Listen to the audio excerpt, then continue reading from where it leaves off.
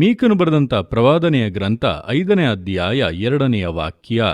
ಎಫ್ರಾತಾದ ಬೆತ್ಲಹೇಮೆ, ನೀನು ಯಹೂದದ ಗ್ರಾಮಗಳಲ್ಲಿ ಚಿಕ್ಕದ್ದಾಗಿದ್ದರೂ ಇಸ್ರಾಯೇಲನ್ನು ಆಳತಕ್ಕವನು ನಿನ್ನೊಳಗಿಂದ ನನಗಾಗಿ ಹೊರಡುವನು. ಈ ವಾಕ್ಯದಲ್ಲಿ ಯೇಸುಕ್ರಿಸ್ತನ ಜನನದ ಕುರಿತಾಗಿ ಮುಂತಿಳಿಸಿ ನುಡಿದಂಥ ಸಂಗತಿಗಳನ್ನು ವಿವರಿಸಲಾಗಿದೆ. ನೋಡುವಂಥ ಸಮಯದಲ್ಲಿ ಲೋಕದ ರಕ್ಷಕನಾಗಿ ಯೇಸುಕ್ರಿಸ್ತನು ನರಾವತಾರವೆತ್ತಿ ಭೂಲೋಕಕ್ಕೆ ಬರುವಾಗ ಆತನು ಹುಟ್ಟುವುದಕ್ಕೆಂದು ಆರಿಸಿಕೊಂಡಂಥ ಸ್ಥಳವೇ ಬೆತ್ಲಹೇಮ್ ಆಗಿದೆ. ಆ ಬೆತ್ಲಹೇಮಿನ ವಿಷಯದಲ್ಲಿ ದೇವರು ಈ ರೀತಿಯಾಗಿ ಹೇಳುತ್ತಾರೆ, ನೀನು ಯಹೂದದ ಗ್ರಾಮಗಳಲ್ಲಿ ಚಿಕ್ಕದ್ದಾಗಿದ್ದರೂ ಇಸ್ರಾಯೇಲನ್ನು ಆಳತಕ್ಕವನು ನಿನ್ನೊಳಗಿಂದ ನನಗಾಗಿ ಹೊರಡುವನು ಎಂಬುದಾಗಿ. ಅಂದರೆ ದೇವರು ತನಗೋಸ್ಕರ, ತಾನು ಹುಟ್ಟುವುದಕ್ಕೋಸ್ಕರ ಆರಿಸಿಕೊಂಡಂಥ ಗ್ರಾಮವು ಬಹಳ ಚಿಕ್ಕದಾಗಿತ್ತು. ಆದರೆ ದೇವರು ಚಿಕ್ಕದ್ದು ಎಂಬುದಾಗಿ ಅದನ್ನು ತಳ್ಳಿಬಿಡದೆ ದೊಡ್ಡ ಕಾರ್ಯಗಳನ್ನು ಮಾಡುವಂತೆ, ಅದನ್ನು ಇಡೀ ಲೋಕವೇ ತಿರುಗಿ ನೋಡುವಂತೆ ವಿಶೇಷವಾಗಿ ಆರಿಸಿಕೊಂಡು ಅಲ್ಲಿ ತನ್ನ ಕಾರ್ಯವನ್ನು ಪ್ರಾರಂಭಿಸಿ ಮುನ್ನಡೆಸಿದರು. ಅಂದರೆ ದೇವರು ಮನುಷ್ಯರ ಹಾಗೆ ಅಲ್ಪವಾದ್ದು ಎಂಬುದಾಗಿ ತಿರಸ್ಕರಿಸದೆ ಅಲ್ಪವಾದನ್ನು ಆರಿಸಿಕೊಂಡು ಶ್ರೇಷ್ಠವಾದಂಥ ಕಾರ್ಯಗಳನ್ನು ಮಾಡುವಂಥ ದೇವರಾಗಿದ್ದಾರೆ. ಒಂದು ಗ್ರಾಮದ ವಿಷಯದಲ್ಲಿ ದೇವರು ಆ ರೀತಿಯಾಗಿ ಮಾಡಿರುವುದಾದರೆ, ಆ ರೀತಿಯಾಗಿ ಅದನ್ನು ಆರಿಸಿಕೊಂಡಿರುವುದಾದರೆ, ಇನ್ನು ತಾನು ಕರಗಳಿಂದ ಸೃಷ್ಟಿಸಿದಂಥ ತನ್ನ ಸಾರೂಪ್ಯದಲ್ಲಿ ಉಂಟು ಮಾಡಿದಂಥ ಜನರ ವಿಷಯವಾಗಿ ಆತನು ಇನ್ನೂ ಹೆಚ್ಚಿನ ಕಾರ್ಯಗಳನ್ನು ಯೋಚಿಸಿ ನೆರವೇರಿಸುವವನಾಗಿದ್ದಾನೆ. ಯಾರೊಬ್ಬರನ್ನೂ ಕೂಡ ಆತನು ಅಲ್ಪರಾದವರು ಎಂಬುದಾಗಿ ತಿರಸ್ಕರಿಸುವುದೇ ಇಲ್ಲ. ಪ್ರತಿಯೊಬ್ಬೊಬ್ಬರೂ ಕೂಡ ದೇವರ ದೃಷ್ಟಿಯಲ್ಲಿ ಅಮೂಲ್ಯರಾದವರೇ. ದೇವರವರ ಜೀವಿತಗಳಲ್ಲಿ ಉದ್ದೇಶಗಳನ್ನು ಇಟ್ಟಿದ್ದಾರೆ.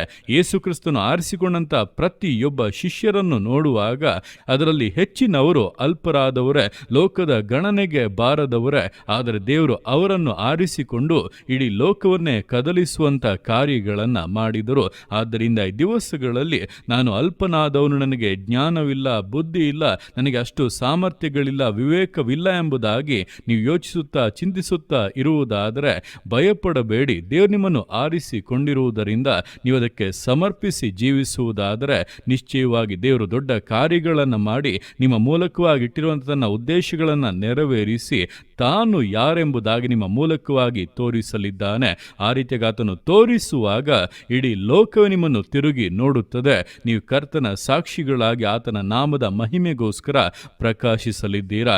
ಆ ರೀತಿಯಾಗಿ ಅಲ್ಪವಾದನ್ನು ಆರಿಸಿಕೊಂಡು ಶ್ರೇಷ್ಠವಾಗಿ ಆಶೀರ್ವದಿಸುವಂಥ ಕರ್ತನ ಕರಗಳಲ್ಲಿ ಪೂರ್ಣವಾಗಿ ಸಮರ್ಪಿಸಿ ವಿಧೇಯತೆಯಿಂದ, ದೃಢತೆಯಿಂದ, ನಂಬಿಗಸ್ತತೆಯಿಂದ ವಿಶ್ವಾಸ ಜೀವಿತಗಳನ್ನು ಮುನ್ನಡೆಸೋಣ. ದೇವರ ಕರಗಳಲ್ಲಿ ಸಮರ್ಪಿಸಿ ಪ್ರಾರ್ಥಿಸೋಣ. ಯೇಸುವೆ ಸ್ತೋತ್ರ ರಾಜ, ಕೊಟ್ಟಂಥ ಈ ದಿವಸಕ್ಕೋಸ್ಕರ ಸ್ತೋತ್ರ ಕರ್ತನೆ. ಈ ದಿವಸ ನಿನ್ನ ಕರಗಳಲ್ಲಿ ಸಮರ್ಪಿಸ್ತಾನೆ. ಪ್ರತಿಯೊಂದು ಜೀವಿತಗಳನ್ನು ನೀನು ಆಳ್ವಿಕೆ ಮಾಡು, ಬಲಪಡಿಸು ಕರ್ತನೆ. ಹೌದಪ್ಪ, ನೀನು ಹುಟ್ಟುವುದಕ್ಕೆ ಆರಿಸಿಕೊಂಡಂಥ ಗ್ರಾಮವು ಬಹಳ ಚಿಕ್ಕದಾಗಿತ್ತು.